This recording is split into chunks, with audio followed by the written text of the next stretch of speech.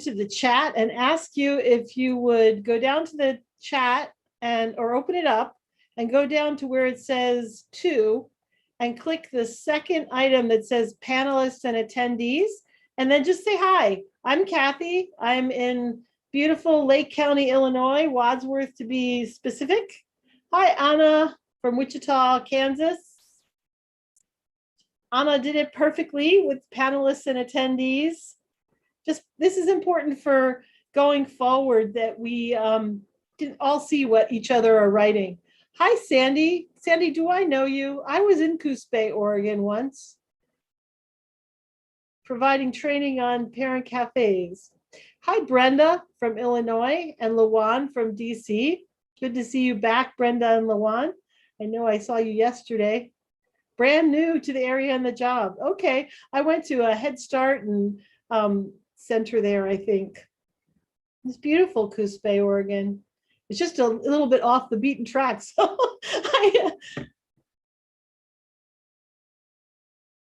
so welcome. Who else is in the house? It's 15 people. Ashley, welcome back, Ashley from Los Angeles. I was looking at the abolitionist social work. It's very interesting.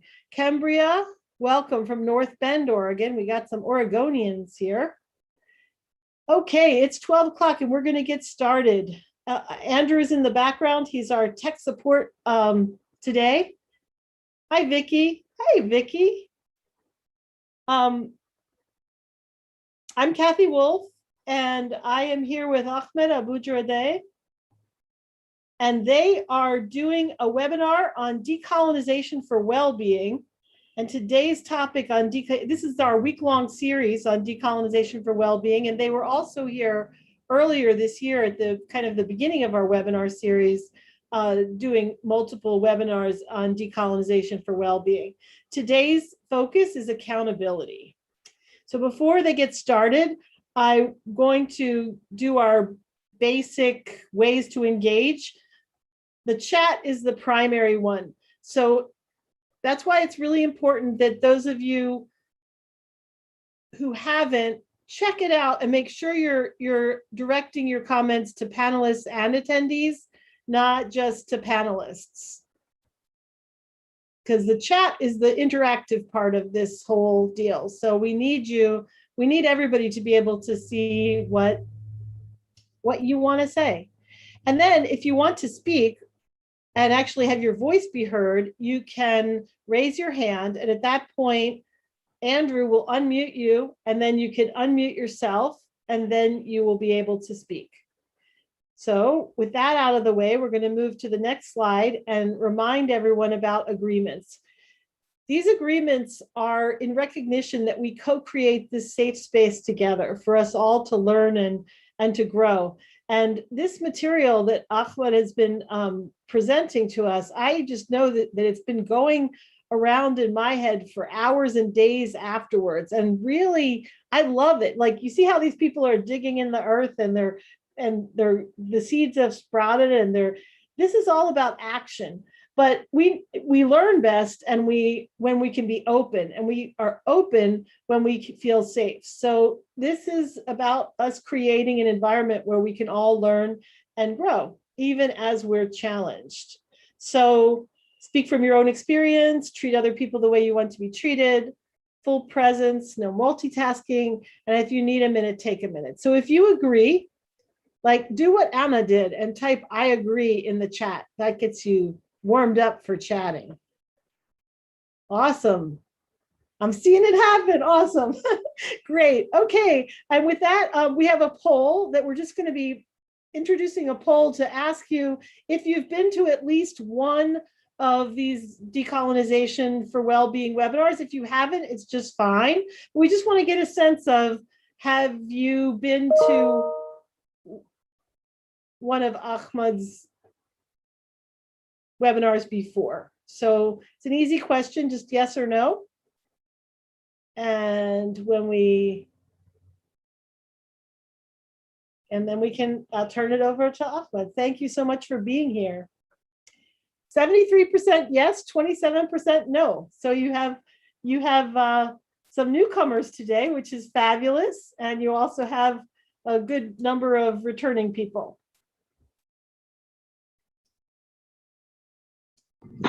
That's amazing. So first off, I'm so excited to be here again with you all. It's so exciting to hear that 26% of you or 25% of you are kind of new. I definitely want to recommend folks to kind of go back and check out some of the previous sessions, both the last two that we did on Tuesday and Wednesday, and also the ones that we did late last year. And I believe the last one was like January 4th. They kind of all go hand in hand together. So it's not like repeats of different sessions. They all just really go hand in hand. So for today's question, if we can go to the next slide, we'll just kind of jump right into our kind of initial question. So today's question is, where do you feel safe to be accountable?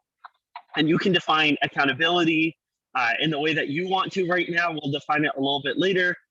And you can also define safety in the way that you want to in this moment in time.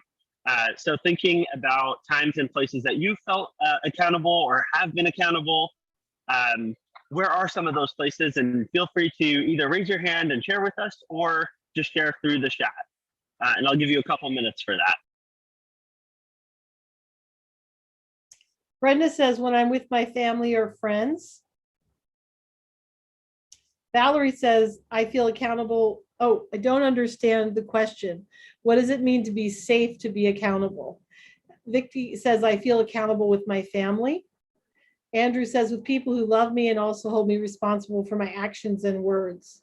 And I kind of am resonating a little bit with Valerie in terms of the coupling of the safety and the accountability concepts. And I just feel like it's important to say that because maybe other people are feeling that too. I mean, I kind of think sometimes accountability has a loaded feeling that goes along with it, like you're going to get in trouble for some people. And for me, sometimes, you know, when, okay, I'm going to hold you accountable, meaning you did something wrong and now I'm going to like make you aware of that. And then there's a fear reaction sometimes. So being accountable doesn't necessarily couple with safety real easily for me. Yeah. And then Ashley says, yes, there's a punitive aspect to being held accountable, but taking accountability is slightly different in language. Yes, taking accountability, you know, being accountable is a normal thing. Like to me, if I'm operating, you know, in my integrity and I'm doing what I'm living according to my values, then I am naturally, so to speak, acting with accountability. But it's different, the held accountability. So Connie says all the time, Connie, make it go to panelists and attendees. Vicky also, make it go to panelists and attendees. I love that you're participating, and I want everybody to be able to see what you have to say.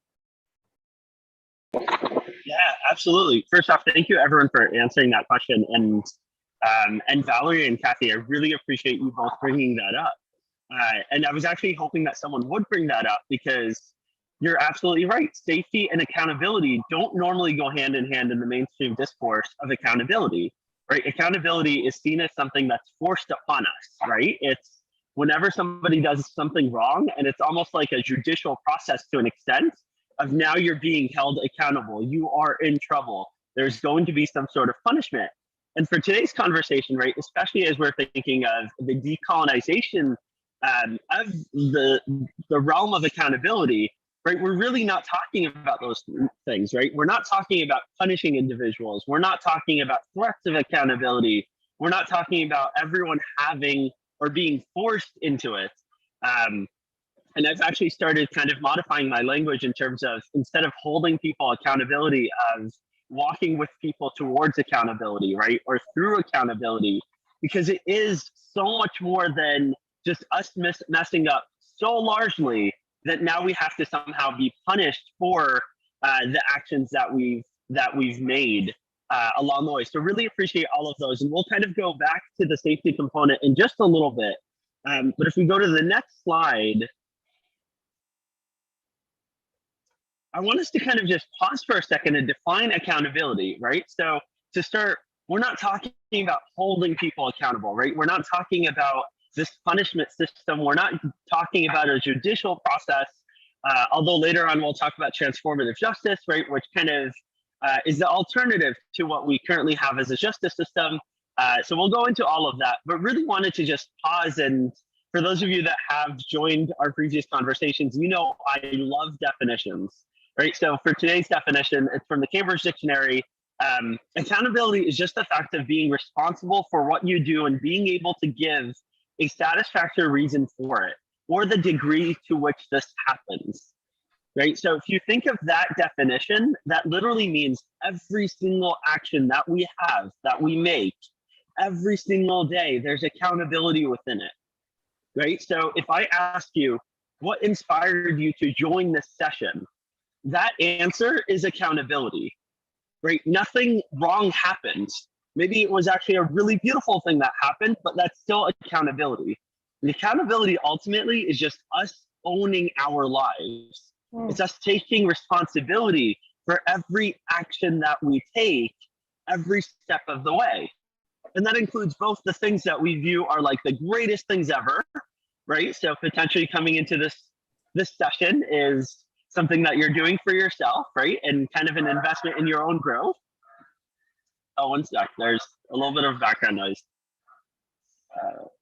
So it's something that you could potentially be doing for your growth, right? Or it could be the opposite. Maybe it's an area where you felt like you have made a mistake and you want to do something different next time, right? But the reality is, even when you made a mistake, you had a justification for it, right? So for example, today I was kind of running late all over the place, right? Literally every single meeting that I had, every single session, literally every single bus, every single, like just everything was running completely late, right? And as I was kind of preparing for this right before, I was thinking of, my God, this is like horrible. And I always go into like the accountability spaces of, all right, like what was my justification for each and every single thing that I did? Was there any alternative to the things that I could have done, right? Were there little bits and pieces that I could have done to be less running behind today and things like that? All of that is accountability, right? It's not about me getting into the space and being like, oh my God, I am a terrible person, right? And I can never do this again. And all of those things, it's really just justification for every action that we take. And for me, today in particular, right? I feel like I am in a space where, within the realm of accountability, right? Of that, I don't feel terrible about the decisions I made today, right? Because it's not about making wrong decisions or right decisions. It's just, I have my justifications for the decisions I made, right? Now, at the same time, if I did cause harm along the way, which thankfully has not happened today, although it's 6 p.m. here, and so there's still some time, right? Then I can be held I can walk through accountability, right, with the individuals around me, the individuals that potentially could have minded that. But at the same time, right, as long as I have that justification that I am taking responsibility for my actions, for the events that are happening around me, that is all accountability is. So I wanted to say one other thing, Ahmed, to this also, which is when we were waiting for you, you know, when it was like 2 minutes before we were opening and you weren't here, I had a very different response to your not being here, because you had said you were running a little bit behind, you know, earlier. You know, I had a really different response. I completely trusted that you would come, you know, at some point, you know, and it might be a little late. And I also was preparing on the fly to hold space for conversation in anticipation of you coming a little late, like and preparing with Andrew, like after we do the poll, how will we talk to people about what they've learned so far until Ahmed can come, you know?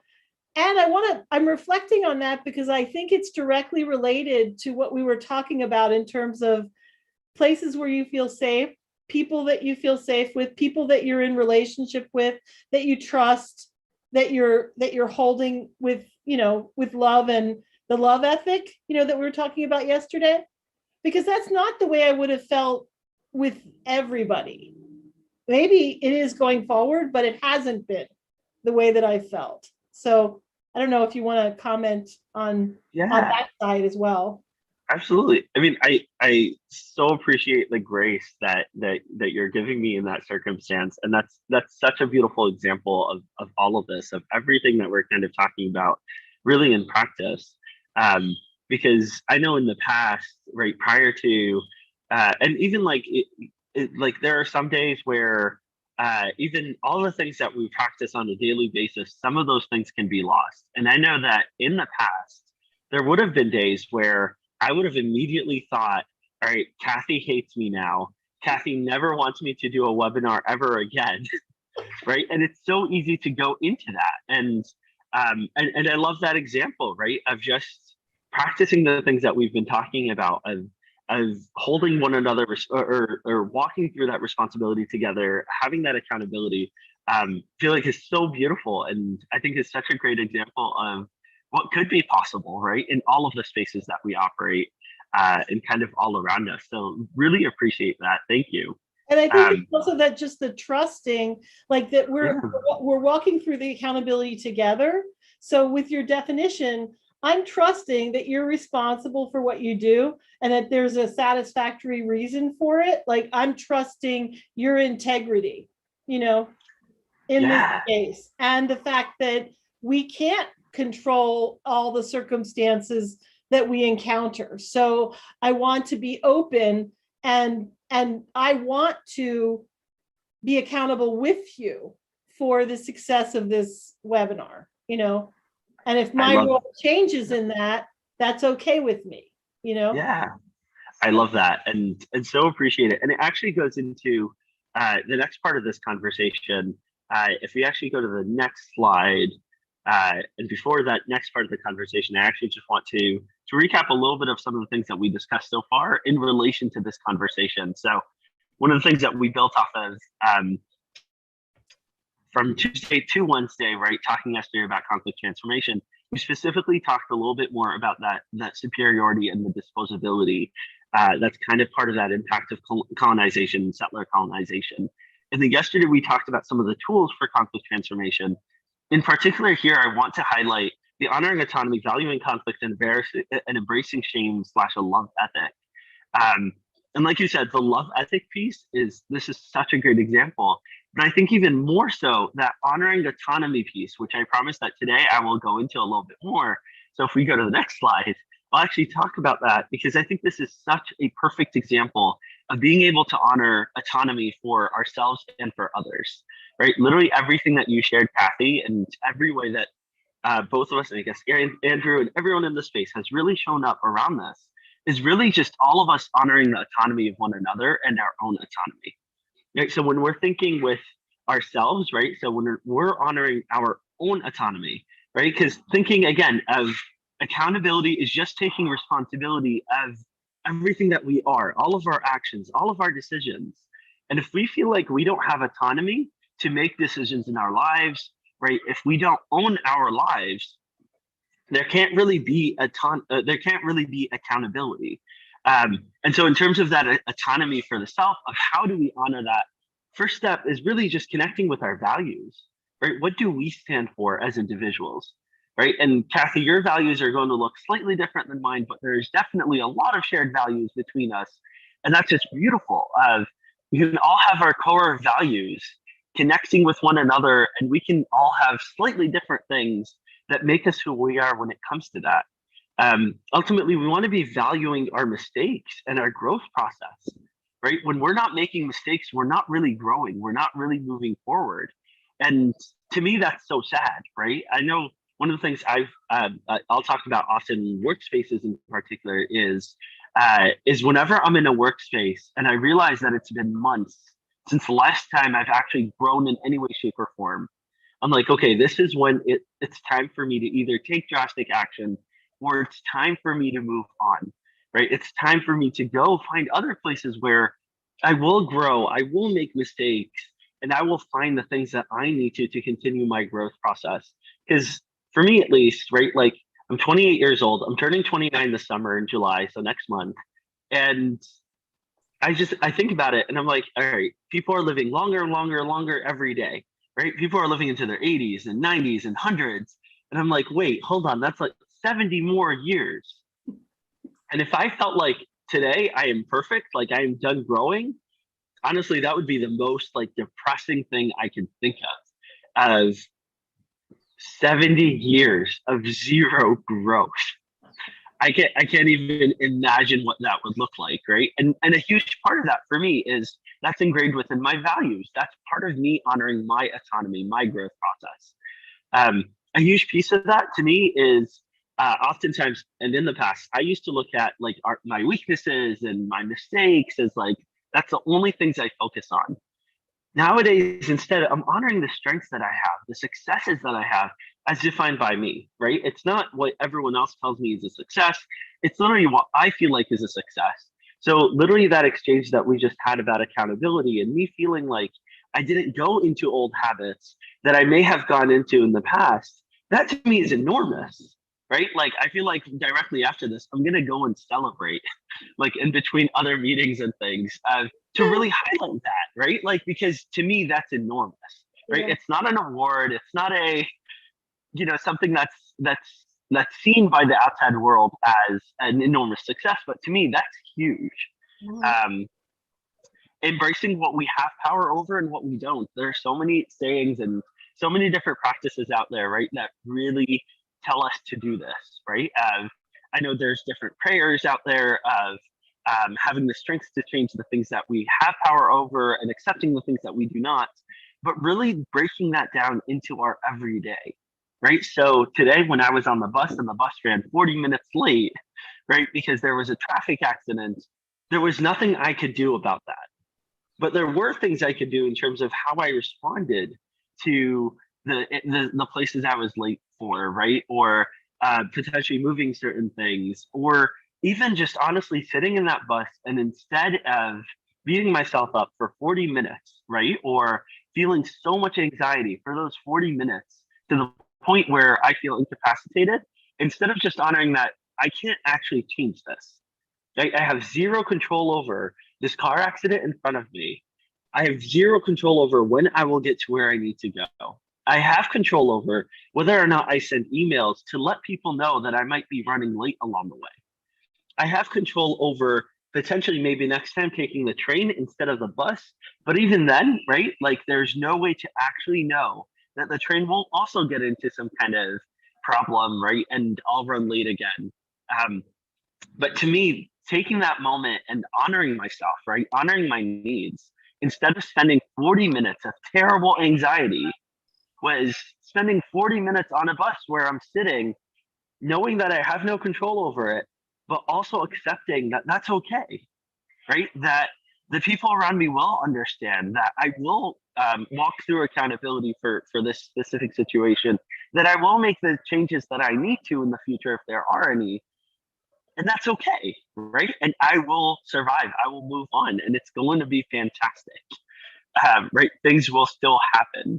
Um, Ultimately, with everything that we've been talking about, right, we want to be working towards building a world where everyone is honored, right? Because I'm also conscious of that, of how many spaces don't get that interaction that Kathy, you and me just had, right? How many places or individuals wouldn't have that grace kind of gifted to them?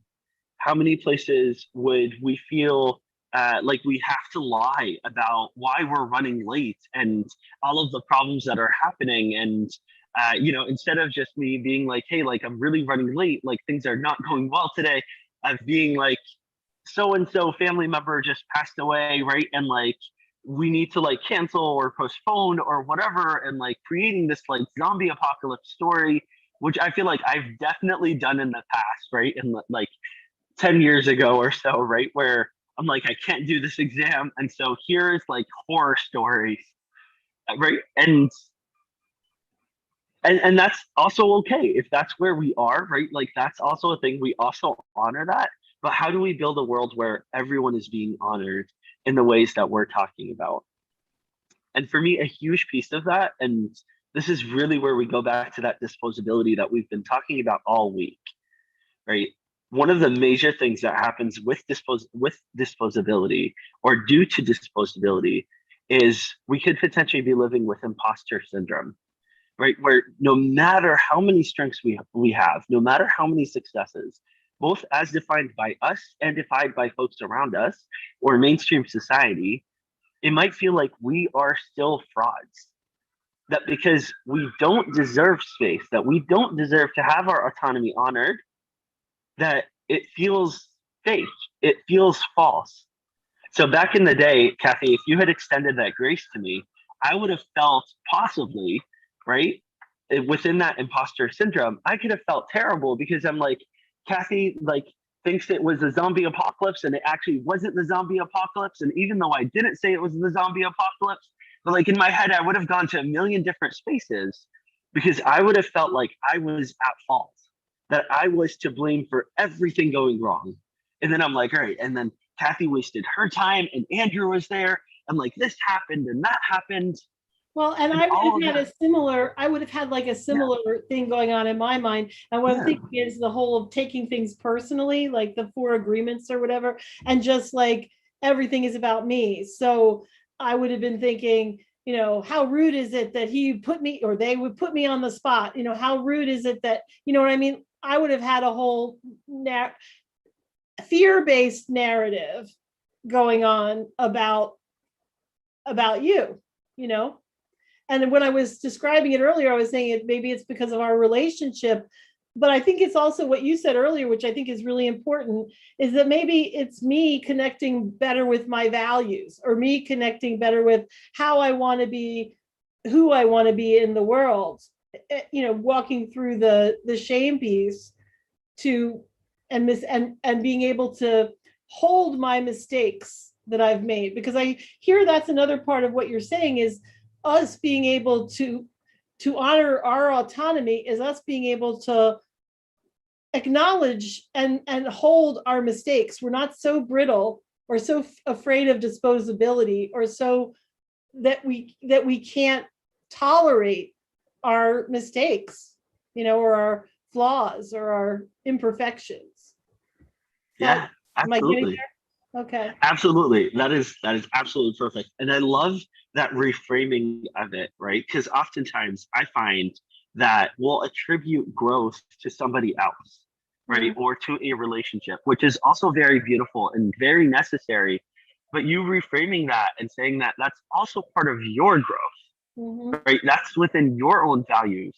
That's so beautiful, right? And taking credit for that, of that, that's entirely yours, right? And the fact that you've grown and that I've grown has allowed us to grow together also at the same time, Mm-hmm. Yeah. right? And that kind of brings us to the honoring the other people around us, right? And to me, it's I honestly the main reason that I really wanted this slide was really just to highlight this one specific line of All right. connecting with the stardust within everyone, right? Of literally all of us have atoms of stardust within all of us, right? And looking at people around us as literally stars, right? Regardless of any other identities, regardless of any actions, regardless of anything, for me at least, just puts me at ease. It makes it so much easier to honor people because outside of that, it's all right. Well, this person is this identity and this and that, and they did this and they did that last week, and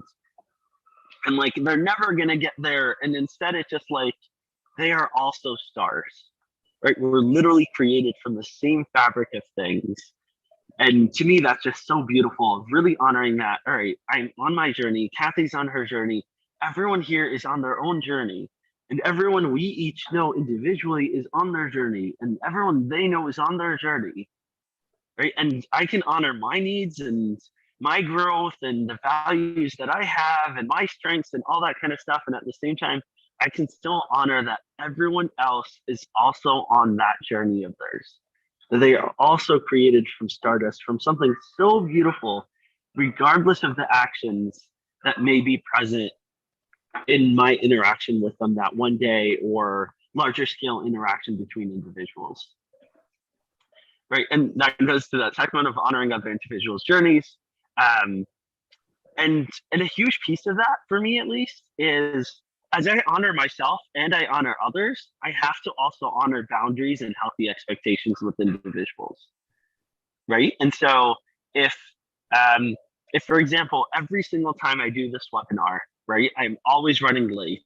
And I am leaving Kathy and Andrew until like 2 minutes before and like never talk about it, all that kind of stuff. And Kathy says, hey, can we have a conversation about expectations around how you're showing up into these spaces, right? That is perfectly healthy. And that is a beautiful way of us walking towards accountability together, right? Because I have my responsibility. Kathy has her responsibility. Andrew has responsibility. Be Strong Families has responsibility. Everybody has responsibility. Because maybe it's that I haven't communicated that actually I can only join 5 minutes before every session.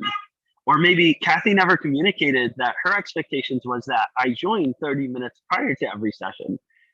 Expectations were healthily communicated and everything, right? But just different scenarios that could have happened.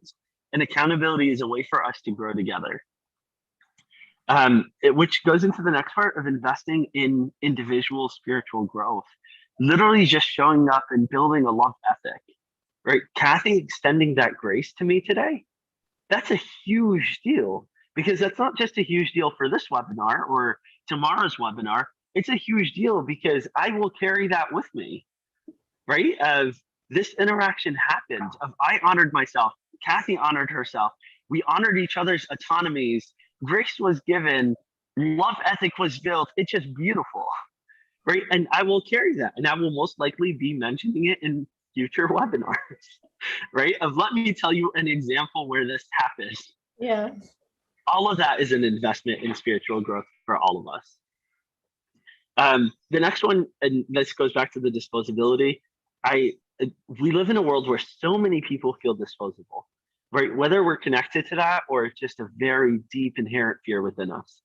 And honoring that we're not disposable, right? Especially when we know that anxiety is present, right? Or shame is present. And just a reminder of you matter, right? You are not disposable, right? You may have made a mistake, right? Or you may have done things that you don't appreciate, but you will always matter. You are never disposable, regardless of anything else. And at the same time, right, it's still expecting responsibility for actions. That's one of the easiest ways that we honor ourselves and others, because it's not a matter of, all right, well, everyone around me can do whatever they want, right? They can always be late, and I can always be hurt, and I can internalize this, and I can hold on to it forever. That doesn't lead to growth for anybody. That doesn't heal anybody. That doesn't support anybody.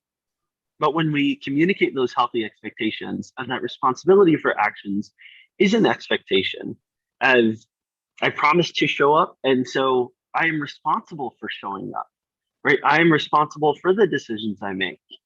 And that doesn't mean that we don't give each other grace. Grace is so beautiful. We always want to extend that.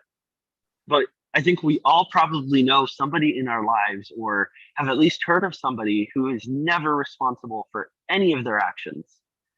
And I actually learned something over a few years ago. I think this was like 4 years ago, with one of my sister's children, where it was at the time, this child was, I want to say 3 years old. And so, yeah, this is about 3 years ago. And I remember at the time, so it was right after this child had started speaking, right, we're just kind of getting used to different things. And it was amazing to see how this child, as they were beginning to be conditioned in different ways, were apologizing for certain things, but not others.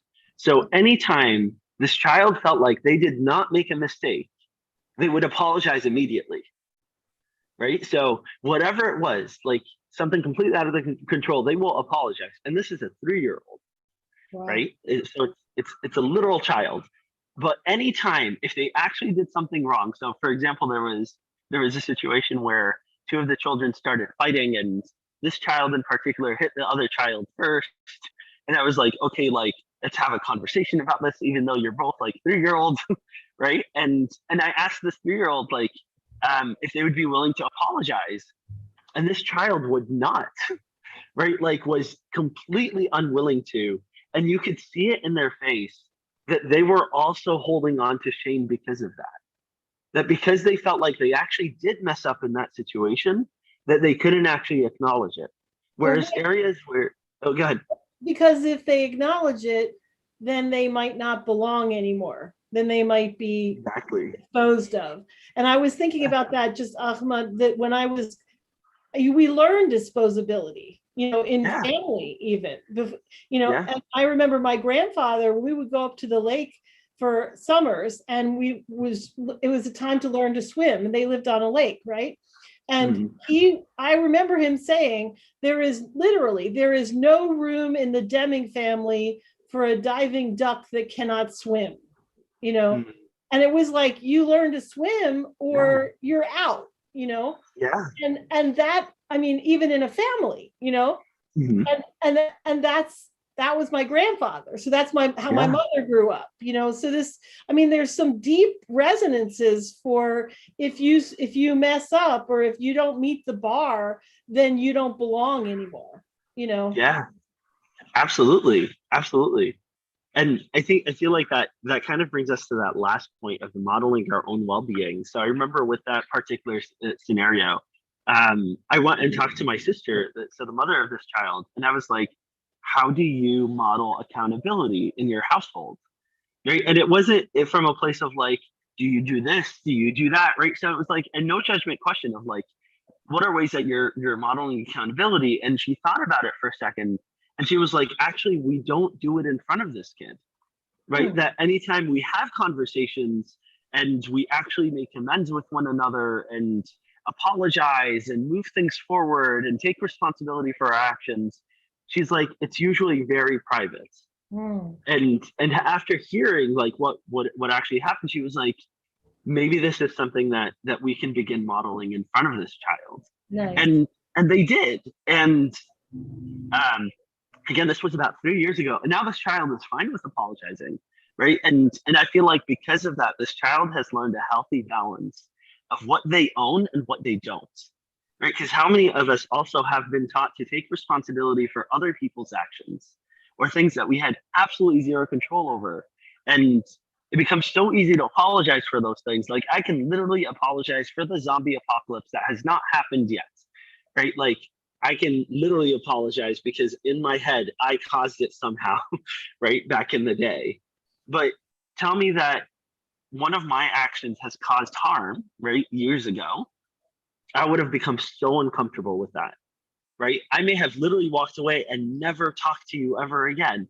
And that has literally actually happened. And then completely forgot that that happened for like 3 years. And then 3 years later, I was like, wait, what happened to that friend? And it was just that we had a single difficult conversation, but I wasn't in a place where I was able to work through all of that, right? To walk towards accountability with that friend, to really own my own actions and all of my circumstances. And a lot of it at the time was also kind of a trauma response where I just disassociated and just kind of completely moved on. And again, completely forgot this person. But all of that is accountability, right? All of it is walking towards accountability with one another so that we're able to fully honor our autonomy, fully honor ourselves, honor everyone around us, and all grow together. Because ultimately, accountability is about growth. If there's accountability but no growth, then it's not really accountability. Then something is missing from the equation of what accountability kind of looks like or needs to look like.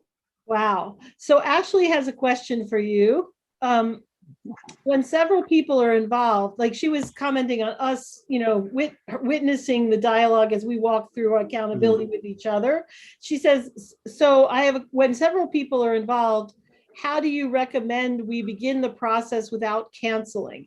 Can the process be collective calling into dialogue and healing, or is it one-on-one?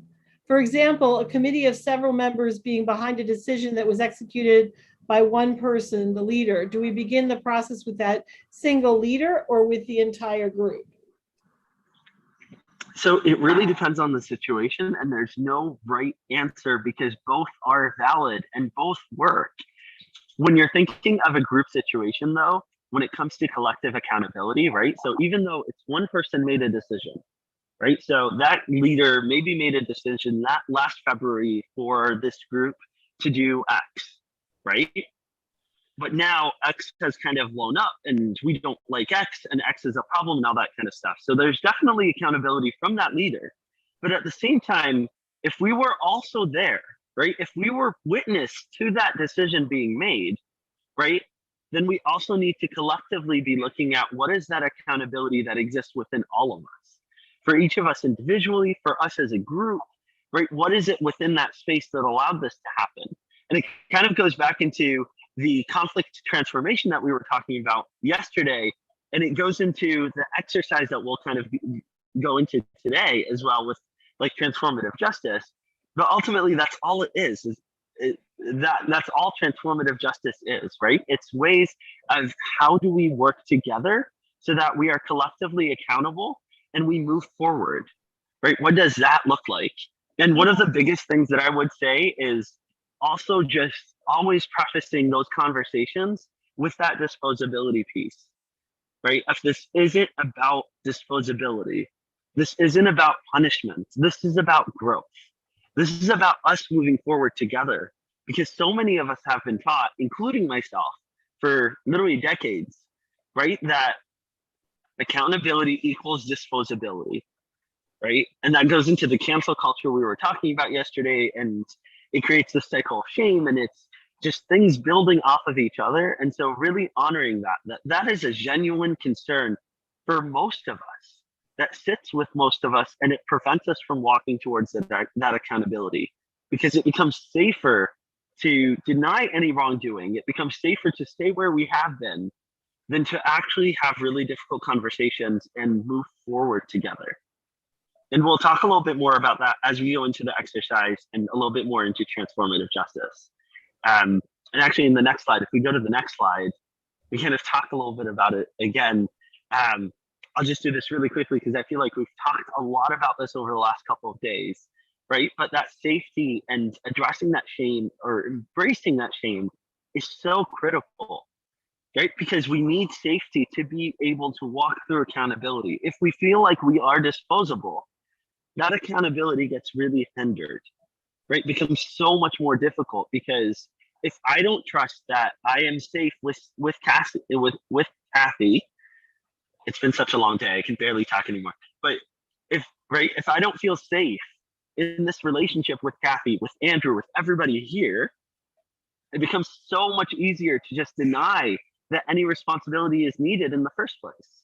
It becomes so easy to go into that cycle of shame instead of embracing that shame, right? And so embracing that shame, right, like we talked about yesterday, and really looking at it as an opportunity to reflect on our value systems, reflect on the way that we're living our lives beyond just single actions, but just what do we stand for? What is the makeup of everything that we are beyond stardust? Because that's always going to be a major component for everybody, right? And so we need all of those things to be present for accountability. So if we go to the next slide. Oh, go ahead, Kathy. I just want to put a point on the embracing shame piece, because I think there's a lot of helpful things around shame, and I'm putting the helpful in quotes, all have to do with avoiding it or neutralizing it or not provoking it, you know? And so I would really like about what you're putting out is that shame is a normal part of life, you know, and that feeling of shame is something that should cause us to reflect, but it should not, it doesn't have to be equated with dangerous, you know, and that has to do with if we take disposability out of the equation, right? Yeah, absolutely. And it's like we've been talking about, of all of these things interact together, right? It's not a hierarchy of one comes first and then another. It's literally all of it comes together. And I think that's really the beauty of what we're doing this week, is we're able to talk about all of these core concepts and just have them support each other. Yes. Yeah. And so for me, like a lot of my research is on nonlinear dynamic systems. So, and I love the metaphor of that. Like it's a nonlinear dynamic system. It's not a linear, you know, mechanical system, you know? So. Yeah, absolutely. I love all of that. All right. So what does accountability look like? And I think this drives home everything that we were just talking about, of that it literally looks like everything we've been talking about, right? Accountability is also conflict transformation, right? It's also decolonization. It's taking risks and challenging the status quo, right? Because like we talked about, especially within decolonized work, right? Within colonization and settler colonization and the impacts of that, right? Challenging the status quo is decolonization, right? Agreeing entirely with the status quo is there's probably something wrong, is we've bought into that settler colonization or that colonization. And taking risks is so huge because, like we've been talking about, we want to grow. That's the point of all of this, right? We're not meant to just stay in our lives completely static, never moving forward, right? Or backwards, right? Sometimes, and especially when I'm on like boards of organizations or I'm a consultant with an organization or just within my own community or even my personal relationships. And sometimes things will just become really, really stable for quite a while. And then something big happens that's really bad, right? Or even something small. And I'm usually the only one in the room that's like so excited. I'm like, yes, right? Like, because to me, that's an opportunity for growth. That's a transformation window because we've been stuck for a while. Things have been fine. But now that something has gone wrong, that's an opportunity for us to move forward. Right. And at the same time, when things go really well and we can continue moving forward, that's also beautiful. So I'm not saying like I just celebrate bad things, right? It's celebrate all of it. All of it is an opportunity for growth. We just talked about connecting with our autonomy. And a piece of that as well is reevaluating priorities. And that portion by itself, and we'll talk about this a little bit more tomorrow. I feel like every day I say we'll talk about something else a little bit more tomorrow. But just to mention a little bit about what I mean by reevaluating priorities is we all have different priorities of what matters to us most. Even within our value systems, there's a hierarchical process, right? At times, versus just always a nonlinear process. Nonlinear things are absolutely beautiful, but we're usually taught that things are hierarchical, right? If something matters more than other things.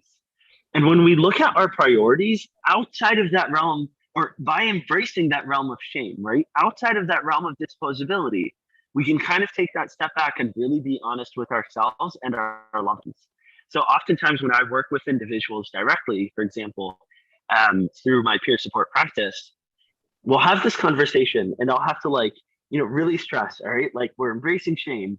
This is not a disposability thing, right? We're going beyond that. And it's amazing how often people will really be honest with themselves and say, I know I want this relationship to be my priority, but the reality is my work supersedes that priority way more, which is something that I've lived with for a really long time. I've always specifically only had two priorities up until the last year or so, right? Where it was number one priority was always work. So if I was needed at work, it doesn't matter what else is happening in the world. I will drop everything and run for work. And the second priority that was very close to one, they were kind of like almost like hand in hand, but that was my sisters, right? So if one of my sisters picked up the phone and said, hey, I need you, I will literally fly across the world, drop everything, make sure work works, like on planes and things like that, right? Then otherwise, like I would have to negotiate that. But drop everything, right? It doesn't matter any other relationships. It doesn't matter what else is happening in the world. I will always go and support them. And there was no priority 3, 4, 5, 6, 7, 8, or 9. There was maybe a 10th priority where it was like, all right, other friends and loved ones, right? In my day-to-day life. But they were nowhere near those first two priorities. And over this past year, specifically after the loss of my grandfather due to COVID, it was the first time in my life that I had that space to really reevaluate that. Of what does that mean that my priorities are rarely about me? And this doesn't mean that I'm removing my sisters from priority. It definitely means I'm removing work from that number one priority. Now work is like maybe 8th or 9th, right? Still important, but it's not my number 1, 2, or 3 priorities. My sisters are definitely still up there, but now they're number 2 on that list. Because now my priority is also me. Right. So instead of just dropping everything and running for work or or family or friends or anybody else. It's also like really honoring my needs, the spaces that I am in. And that's really allowed me to actually invest in my life for the first time, right? Whereas prior, it was okay that I lived in my car for 2 years, right? It was okay that I didn't have my own furniture, or that I didn't have my own close friends, right? Or my own like relationships and things like that. It was perfectly fine because they weren't priorities. But now, because I am the priority, right? Which happened only because something that was awful happened, that gave me that transformation window, that gave me that opportunity for growth, as I honored my grandfather, as I mourned that loss. Right now, I'm able to completely I was able to completely reevaluate those priorities. And the next thing, we've talked about this all 3 days, right? Building that love ethic and embracing shame for conflict transformation, so critical. And lastly, healing and wellness. Accountability is healing. It is wellness. If it's not leading to those things, again, maybe there's something missing. So let's go to the next slide. I know we're running out of time. So I just want to highlight that the exercise that we're going to be doing today, we'll have about 5 minutes to do the exercise. It's a fairly quick exercise, but it's something that you can take with you over a longer period of time. And I would highly encourage people to go back to it. The reason I wanted to highlight transformative justice in particular, and I'll talk more about transformative justice tomorrow with community building, because it's definitely related, is specifically because this tool that we're going to be working with is a transformative justice tool originally. So that's all I'll say today. And then tomorrow, I'll really dive into transformative justice and mutual aid and all of those different things. So if we go to the next slide, right before the exercise that we do, I just wanted to kind of pause for a moment and just define the difference between justice and decolonization, right? Because now, bringing in transformative justice into this, I don't want to utilize both words synonymously, right? I don't want decolonization to become a synonym for different types of justice. There's definitely a lot of overlap, but there are slight differences. So the justice definition here is actually the Life in My Days definition that I had created a few years ago during my tenure there. And then the decolonization definition is actually from, I believe it was a university in British Columbia. But so for the definition of justice, it addresses and eradicates the root causes, systems that prevent all individuals from belonging and self-actualization, and defines them based on any social contracts that deem certain identities less than. This movement, and that's all different movements, is built on concepts of intersectionality, accountability, transformation, and cross-solidarity with all individuals. On the flip side, decolonization includes all of that. But on the other hand of that, decolonization also involves valuing and revitalizing indigenous knowledge and approaches, and weeding out settler biases or assumptions that have impacted indigenous ways of being. For non-indigenous people, and this is really critical for everybody here, if you're not indigenous, decolonization is the process of examining your beliefs about indigenous peoples and culture by learning about yourself in relationship to the communities where you live and the people with whom you interact, right? So those pieces are really critical as we continue this conversation, because we definitely want to honor the things that have been lost due to colonization and settler colonization. We want to honor that we're all carrying different biases due to those different systems today, right? We want to honor that for a lot of us, we have been taught to devalue anything that's not created by some Western society, right? So we've created systems where knowledge and wisdom and all of these different things are specifically rooted in global North societies, specifically. So settler colonial states or colonizer states are the holders of everything, and that's just not true. So definitely wanted to put that out there. If we go to the next slide. When you look at yourself in relationship and there's also the being aware of the co-opting of indigenous knowledge, and representing it as if it belongs to, the Columbus thinking, right? Yeah, absolutely. Exactly. And so for today's exercise, this works well for communities, or it works for you personally. For today, I actually want you to do it for you personally.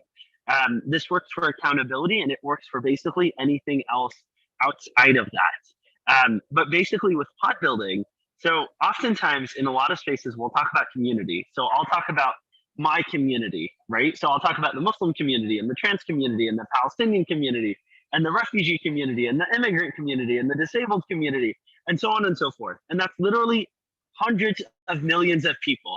Those are not actually all my community. So pod mapping is actually our way of really naming who is our community. So if we go to the next slide, I'll actually show you an example. And we might not have enough time to do it together, but at least I'll show you how it's kind of done. So this is an example of pod mapping. So you have yourself in the center, and you'll notice that the circles in the center are fully like aligned, right? There's no spaces between them. They're solid lines. So when I think of who holds me accountable, right? Or who do I feel safe walking towards accountability with, right? Still working on modifying that language. Those would be the people within those circles. And that could be one person. It could be 0 today. It could be 50. It could be whatever you want it to be. But for me, for example, right? So I'll have my best friend there. I'll have my mom, right? My mom can talk to me and be like, hey, Ahmed, you really messed up. And whatever she says, I will always listen, right? Let's say maybe my supervisor at work is that individual that's able to walk through accountability with me. Maybe it's one of my sisters. Maybe it's a partner. Maybe it's a fellow organizer. Maybe it's the person at like the 7-Eleven across the street that we always have conversations with. But whoever it is, that is yours. And it doesn't matter how many you have. You could have 1, you could have 100. They're yours, right? You get to determine how many people are within that inner circle with you. Then you have the outer circles, right? Where they're not fully drawn out lines, right? They're not kind of solid yet. And those are the people that after some thought, you're thinking, all right, who do I want to be in that inner circle, right? So maybe I want my librarian to be within that inner circle, right? Maybe I want one of my coworkers to be in that inner circle, right? Maybe I want to develop a relationship with one of my other parents to become that inner circle. And so this is me highlighting and putting the intent out there of these are the relationships I want to build. And lastly, and again, you can have as many people on that as you'd like. And lastly, you have these larger circles, right, on the sides. And so those are the organizations, communities, or resources that you want to highlight, right? So here I have Be Strong Families, right, as a place that I want to actually go and work towards accountability. Maybe I have a movement. I maybe have Black Lives Matter. I have Meshid here, which is a trans and queer Muslim organization that I feel incredibly safe to be able to grow within that. And so you get to put whatever you'd like in there. And this is it's a long-term practice. It's something that you return to and work towards along the way. And I actually personally, for me, I like going in there every few months and just checking in with it, right? Who are the individuals that are still within that inner circle? Who are in the outer circle? What are the resources I'm utilizing, and so on and so forth. And like I said, I want you all to do this for accountability today, but you can do this for anything. So for example, when something goes wrong in your life, who can you go to? So for example, if I am dealing with an abusive dealing with an abusive partner or something like that, right? That inner circle might be different. Who can I call in those moments? Who do I call when I am living in my car again, right? Because I don't have access to housing. Who do I call for whatever it is? And maybe your inner circle is always the same, and that's beautiful. And sometimes it's completely different. And that's also beautiful. You get to own this. This is yours. But it's just a visual to really honor who's working with you on that accountability. Who do you already have that space with? And who do you want to build better relationships with? So I know I'm like way over time. So I apologize for that. No, don't but apologize. I'll leave you all with that. Don't apologize. It's fabulous. It's fabulous. And we'll be here tomorrow for the final segment, this time on mutual aid and support for community building. So picking up where we left off today. And then I just want to invite everyone to come back tomorrow.